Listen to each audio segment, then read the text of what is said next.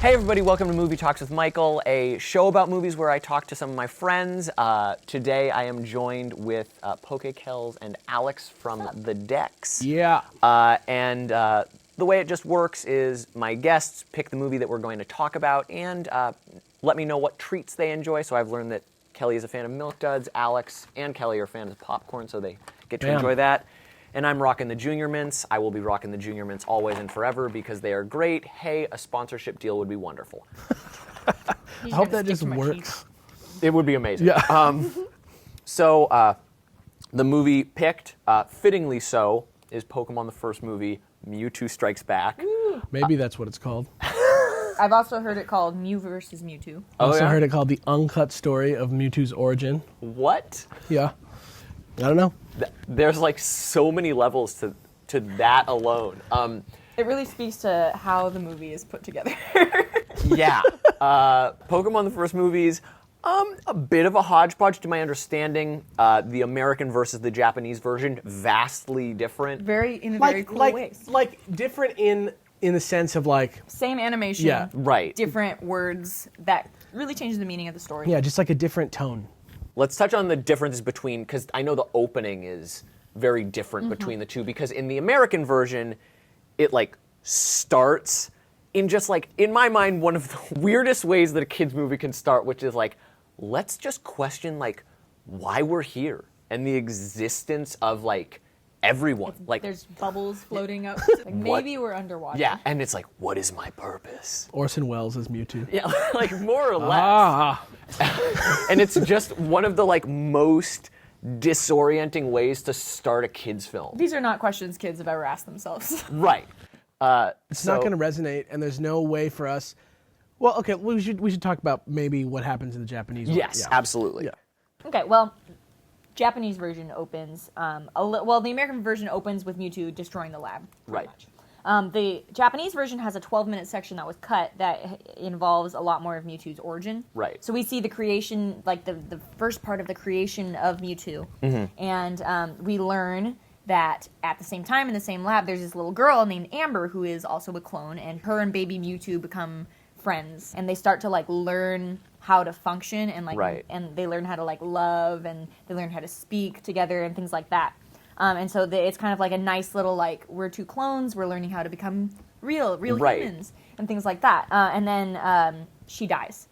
Yeah, which is just terrible. It's like really lame, and it of course then causes Mewtwo to enter this weird spiral of like, because now that he is dead, that's his connection to like, I'm a human, and then after that, from then on, scientists just treat him like a Pokemon, and so that's where he gets the "Who am I?" thing, which is completely absent from the American version. It's also amazing because they set up this whole like, oh, I used to have a bond and like trust humans, and that never.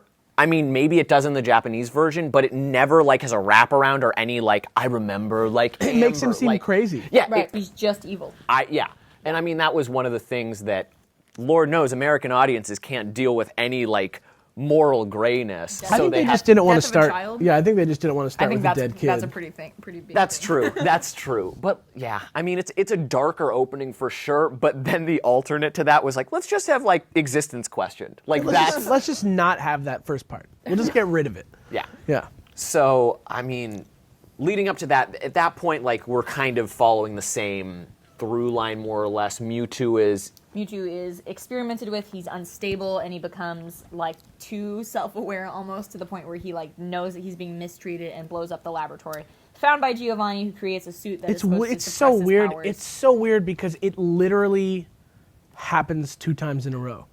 Like he literally gets upset and breaks out of a lab because they're treating him like an experiment. Then Giovanni finds him, treats him like an experiment. He blows up the lab, and then he's like, and then from the ashes of this lab, I will build a lab. It's actually a line that he says is like something really close to that. Mewtwo, at that point, like it's so interesting because we definitely follow like the villain origin like it's almost a cold open to like a superhero movie sort of thing, because you get that like, I'm going to destroy the world. And then we get the title hit of like Pokemon, the first movie, and then We smash cut to, oh, I'm so hungry. Ash just like being well, and The worst. it's also great because the narrator from the show is still in it, but wasn't a part of any of the lead-in before. Yeah. So it's like Ash and Misty and Brock But are going. he's so much more like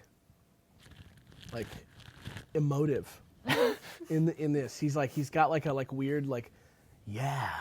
This is the movie version, which is great. He had to like amp it up just Because they didn't want it to be like, but it like totally is. right. Yeah. So then they receive. I mean, there's an opening title sequence. Yeah, And where you there's get Dawn it. Fan. There's Dawn Who's Fan. New Yeah. Pokemon. He was so cool.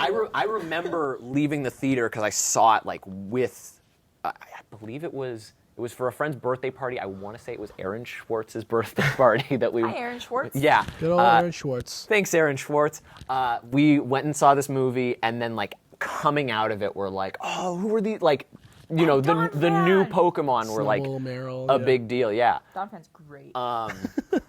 So there's this opening sequence where we basically get to like it's actually very helpful because during the whole like slightly remixed Pokemon theme song, you're seeing like all of Ash's Pokemon and Yeah. you're getting to see them do stuff. Right.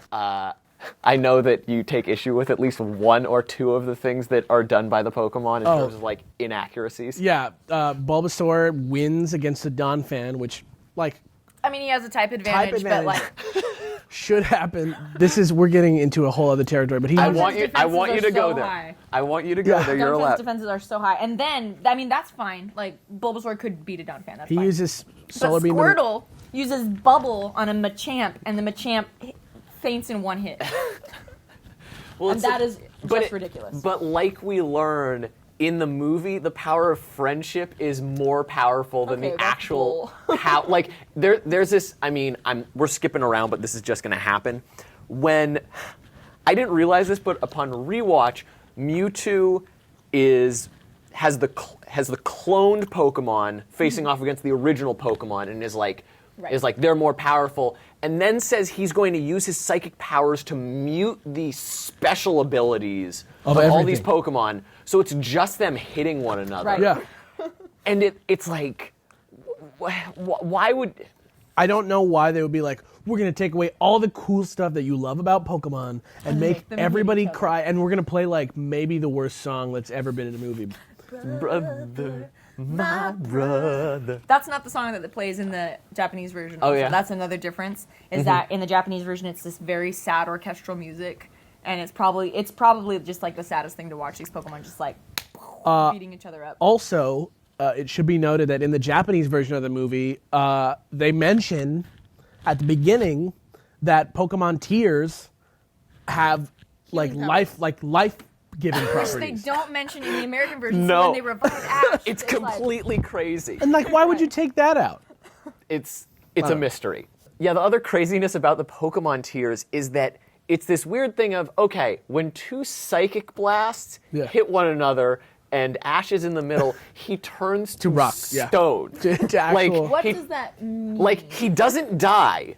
He doesn't die, apparently. He turns to stone. He's been, like, Medusa'd. And we know that, like, strangely, Ash has died before. Like, Yeah. in the Gengar Haunter Ghastly episode, he is crushed by a chandelier. He becomes a ghost, right? Like, Yeah. they fly around and, like, check on Brock and Misty, who are just like, what? Ah! He like actually accepts his own death. Right. Like, I mean, just like, now that we're doing weird callbacks to, like, oh, we're having existential crisis with Mewtwo, but The opposite of that like happens. Ash has died and accepted that, and Pikachu's like fine with it. It's like if Winnie the Pooh died.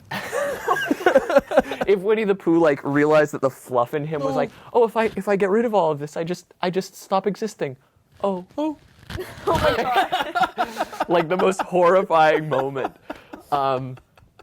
So yeah, there's this. There's so much weird about this movie. We could talk about, for example, like the cloning situation, because in my opinion, when you clone somebody, and Mewtwo takes everybody's Pokemon and clones them, by the Right. way. he has Pokeballs that can capture a Pokeball with a Pokemon inside. There are, they're like things that can They capture. actually pay off because when the Pokeball opens, it like spits out a Pokeball, and then that Pokeball opens, and it takes like 30 more seconds than you need. Yeah, it's like to show that it's the like a little Pokemon are okay. Matryoshka doll It's like, or whatever. Yeah. Ka-chuk. So a clone, in my opinion, is a copy, Right. but they all look different. Right. They all sound different, and they're all more powerful than the other Right. guys. It's the same idea of like we tried to clone Mew and we got Mewtwo, who clearly like is in no way He is a messed up. like Yeah. But he's had his genes altered, which I think Right. is probably what he did with the other. right. Pokemon. That's because he then rebuilt Giovanni's lab. And the ones that Mewtwo cloned, the Charizard, the Blastoise, and the Venusaur, they look different. But Right. then the ones that are cloned in the movie all look the same, except for Pikachu, who had interference while he was being cloned with the computer. And so that's maybe why he turned out a little bit different. It has this weird, like slurred Pikachu voice. I was also wondering why the cloned Meowth isn't talk. Yeah. I don't get it. I think It's a learned skill. You got to watch the episode where Meowth learns to But talk. if he's 'cause a that's the clone, best but if he's a episode. clone, isn't his brain the same brain? Right, but he'd still have to you still have to learn. learn. I guess. Unless It's not like had he it- was intrinsically, because Meowth didn't know how to talk. He had Yeah. to teach himself. Who am to I? talk. Who am I to say that I know how this technology works? You can also just put them in Pokeballs in this world. So who knows? Right. So I understand that there are a lot more inaccuracies to just like boy. Pokemon in the movie. I'm sorry I'm fueling this fire, but I feel like I need it's to. hilarious. No, it's totally like people will be like, oh really? When they see this, they're gonna go back and see like there's a scene where when Ash like flies across the room and lands, or maybe it's not Ash. I think it's like another trainer. It's a different trainer. Flies across the room and like lands in this pool of water. You see Gyarados all hurt, and then you see like a Nidoqueen who is Colored like a Nidoking. Yeah, colored like a Nidoking. There's a trainer who says like, wow. Ash is like, "How did you get to the island?" And the guy's, I almost did the voice. And the guy is like, "Oh, hurricane winds are no problem for Pidgeotto here," and he's pointing to his Pidgeot. It's like clearly a Pidgeot. Like clearly not the Pokemon that he's pointing. It's his Pokemon. How does he not know? Yeah. And then even Meowth sees a Sandslash in a test tube, and he's like, "Sandshrew." And but the worst one is when Jesse and James, who literally have been, their whole involvement in this movie has been based around them seeing things that are happening in the movie with binoculars. Right. They're almost as much observer to the whole plot as the audience They is. do nothing. They Yeah. literally do nothing. They They, walk into, like, they different accidentally turn on the cloning machine. At which point, I believe Jessie is like, "I was looking for a party." Is like Yeah. the Yeah. line, like she was, which makes no sense. Then they start referencing the show. Meowth gets cloned. There's like a And then screen. it There's- like shows him, and it shows his little Meowth like spinning around. Right. And James like, "Who's that Pokemon?" And then they're like, "It's Meowth." And Then- you're like, cute. Yeah, so on that screen, a Scyther shows up at one point, and they all say Alakazam together, and you're just like, what the hell? I also want to point out another weird-ass thing that happens in this movie that involves Jesse absolutely. and James, which is that their original plan is that they're going to pretend to be Vikings for some reason. Right. And they're going to take the gang to the island, to Mewtwo's island. Right. And they're talking about, like, the fact that they're Vikings and stuff, and then Ash, like, makes an aside. No, Brock is like, "I didn't know Vikings existed anymore," and Ash is like, "Only in Minnesota," and you're just like, Like, Ash, did you really just make a reference to a American Real-world NFL sports football team? Like, what? So that's another. It's just like a moment where you're like, Where does it take You're place? just very immediately taken yeah, out. you're You like taken out of the movie, then you get put back in when the boat crashes or whatever. and it's a lot of stuff that is so much of a deviation from the anime. Right. Coming back to the whole, like, let's try to really infuse this with lessons. The fact that, like, there's a weird, like, oh, we're all actually the same. So it's kind of got, like, a race thing running through it of, like, we're Yeah. from the same place, but we're different. The greatest part about that section where they're releasing all the morals into the crowd is that it's the two Meowths talking, but one of them doesn't talk. And so it's just like, You mean- meow, meow, meow, meow. Right. Oh, you're saying that we're all the same? Meow, meow, meow, meow, meow. Oh, and we shouldn't look at each other's differences as something bad, but Right. instead be together. Meow, meow, meow, meow. There's It's also so there's weird. also a moment when Meowth, Jesse, and James are like watching, and Meowth is like, Mew's saying, I forget what, but it's like literally anything could be put into that slot. Yeah. Oh, okay. And this whole lesson thing, right?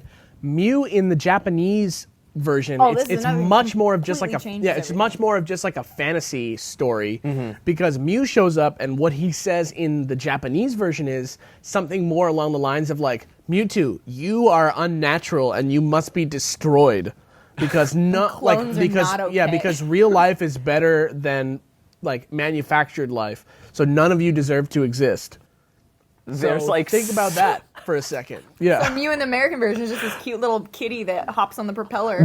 That is like the cutest scene. The windmill bit is like, because for so long Mew is just like drifting about being adorable, like floating around behind like Jesse and James, just mew, mew, mew, mew. Like, and then suddenly he's being adorable around Ash. Mewtwo just is like, screw this, blasts him, and then you like assume that he's dead, and then he like launches back, and then he's just like, no, I'm bringing the pain. Like, it's really weird. Which is interesting because Mewtwo has much higher base stats than Mew.